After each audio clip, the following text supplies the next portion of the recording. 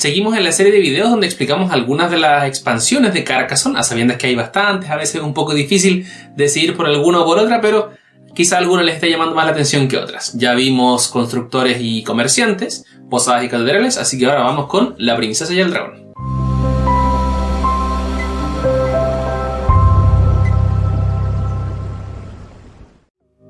Al igual que las demás expansiones, es estrictamente necesario tener el juego base de Carcassonne.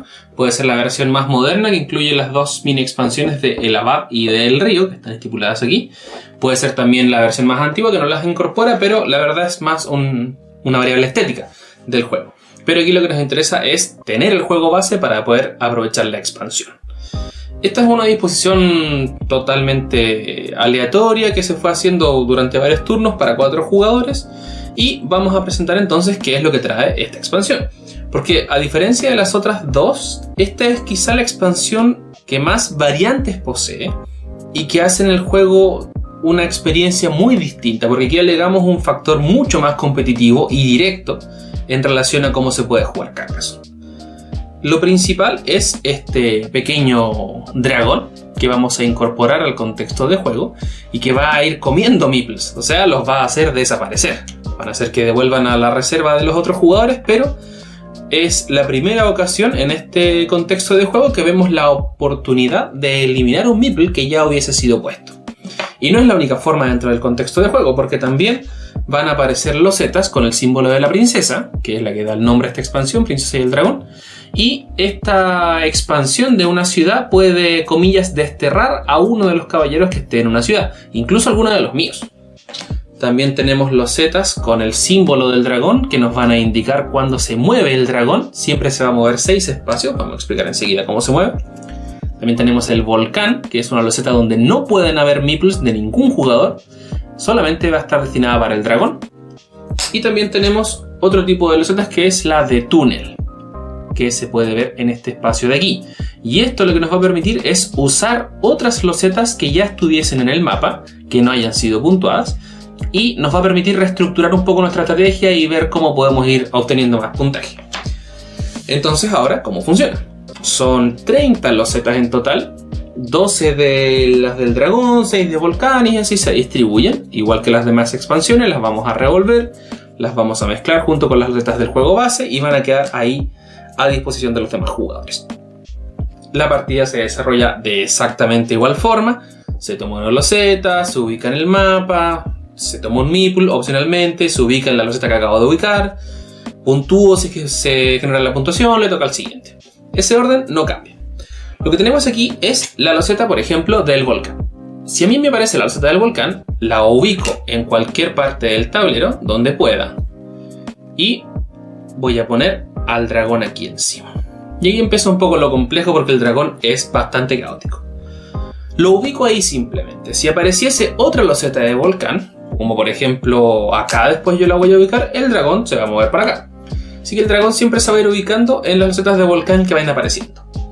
Distinta es la loseta que incorpora un símbolo del dragón. Y por ejemplo, esta está en una ciudad, esta está en un camino, no importa. Lo que nos importa es el símbolo del dragón.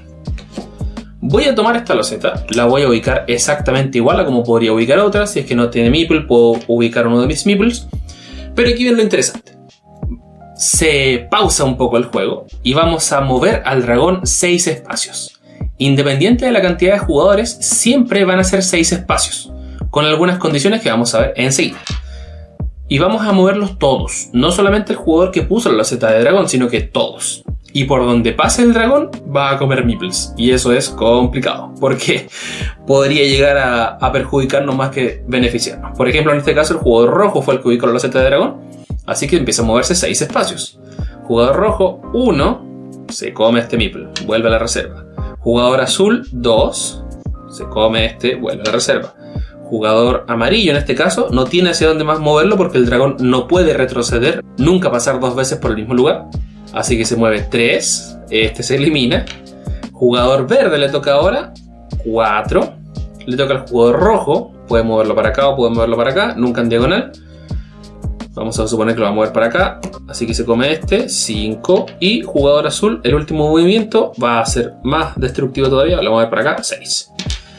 El pobre amarillo que tenía todos sus meeples casi puestos en el tablero quedó sin ninguno. Lamentablemente el dragón se los comió todos.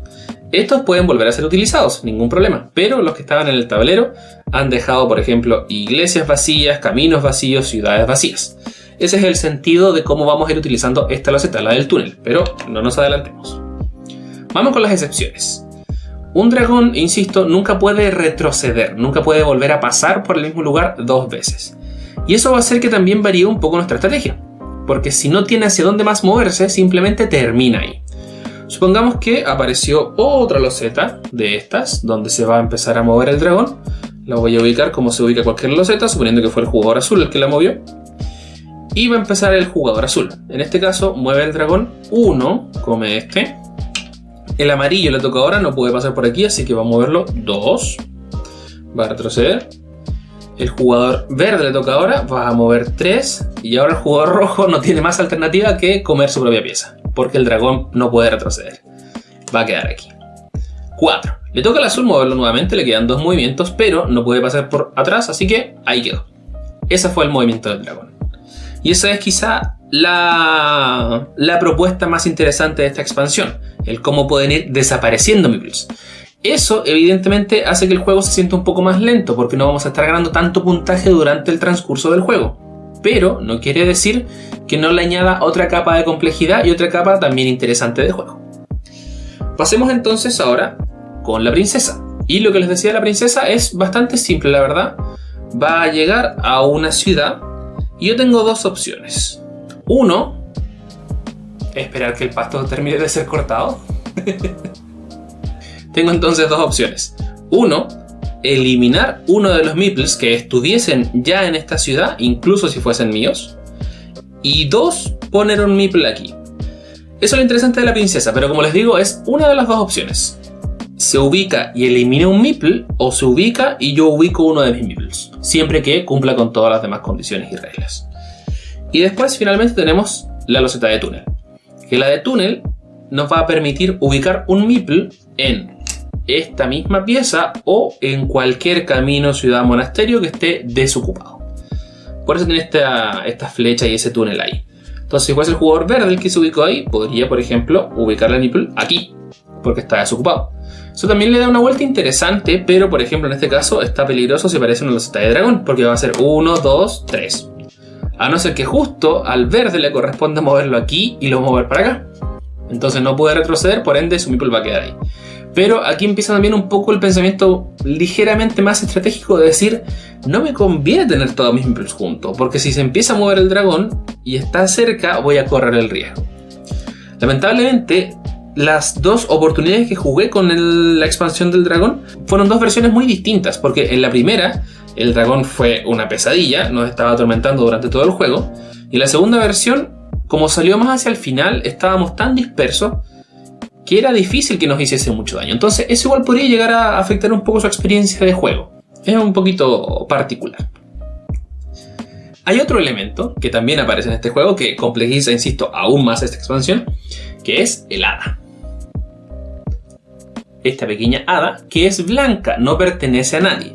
Y yo la puedo utilizar en cualquiera de mis turnos. Y funciona como una especie de escudo protector de alguno de mis meeples. Tiene varias funciones. En primer lugar, si yo empiezo un turno en posesión del hada, voy a ganar un punto automáticamente. Yo, para jugarlo, en lugar de ubicar un meeple en la loseta que acabo de poner, voy a ubicar el hada en cualquiera de mis meeples. En este caso, si fuese el jugador verde, por ejemplo, pone esta loseta aquí y en lugar de ubicarlo, va a poner esta acá. Esto es solamente juego de ejemplo, sé que puse esta recién, pero es solamente para entender el ejemplo. Entonces eventualmente va a aparecer otra pieza con el dragón, se va a ubicar en cualquier parte, va a mover al dragón 1 y ahora este no puede pasar para acá. No es que lo proteja, sino que no puede pasar para acá. Y eso es muy distinto, porque obviamente eso limita la cantidad de movimientos, para la redundancia, del dragón. Entonces mueve 1, 2, 3, 4. Va a comer este. No puede pasar por ahí, insisto, no puede retroceder, así que puede ser para acá, 5, 6. Eso es lo ventajoso de el hada. Pero también nos va a ayudar a puntuar 3 puntos extra. Por ejemplo, si esta estuviese aquí y yo eventualmente voy a cerrar esa ciudad donde ya estuviese uno de mis meeples. Voy a buscar una loseta para cerrar, esta por ejemplo. Ubico esta aquí, gano el puntaje correspondiente, 2, 4, 6, 8 puntos, pero voy a ganar 3 puntos extra, porque uno de los meeples está ahí con mi hada. Meeple regresa y el hada queda ahí hasta que alguien más la utilice. Si fuese en un camino, lo mismo, 3 puntos extra. Si fuese en una iglesia, lo mismo, 3 puntos extra. Entonces la vamos a estar utilizando bastante y la vamos a estar intercambiando. El pero sería que es frecuente olvidarse que tengo el hada en mi poder y que tengo ese punto extra. Entonces también hay que tener mucho ojo en relación a tengo el hada y me da un punto cada ronda. Ejemplo, el jugador verde va a utilizar el hada, la va a dejar aquí. Le toca al jugador rojo, jugador azul, jugador amarillo. Vuelve al verde, gana un punto. Después el rojo, el azul, el amarillo, vuelve el verde, sigue con el hada, otro punto. Y así. Pero también puede pasar que el jugador verde ubica el hada, después le toca al jugador rojo y en lugar de poner meeple, va a utilizar este de aquí, porque quizá el dragón está por acá. Entonces quiere proteger este de esta ciudad. O quizá le interesa más proteger ese. Entonces también. Ahora lo está utilizando el rojo. Sigue el juego el azul, el amarillo, el verde, empezó el rojo, tiene el hada, un punto. Y así. Así que son varias cosas en esta expansión. Siento que esta, insisto, le da un vuelco interesante pero distinto a Carcassonne. Esto más cara a cara, más el toma eso, es esa la expresión que puedo utilizar para esta expansión. Porque es mucho más competitivo, pero competitivo directo. En el Carcassonne tradicional es un poquito más indirecto, esto de ver si ubico esta loseta aquí, por ejemplo, y le pongo un meeple aquí, para intentar después unir esos dos caminos. No es tan directo, en cambio aquí es, ¡ja! Comí tu meeple, te lo llevas. Entonces es más directo y un poquito más agresivo en ese sentido. Pero es bastante interesante. No la he jugado tan frecuentemente, pero las veces que la he jugado me gusta jugarla con hartos jugadores. De a 2 es un poquito extraño ir moviendo el dragón 6 espacios, pero si los juegan regularmente Carcassonne de a 4, 5, 6 personas, yo creo que van a disfrutar bastante esta expansión. La princesa no es tan terrible como parece, y el tema de los túneles es un poco complejo, porque ahí depende mucho de por dónde pasó el dragón. Pero la verdad, esa es la expansión, la princesa y el dragón.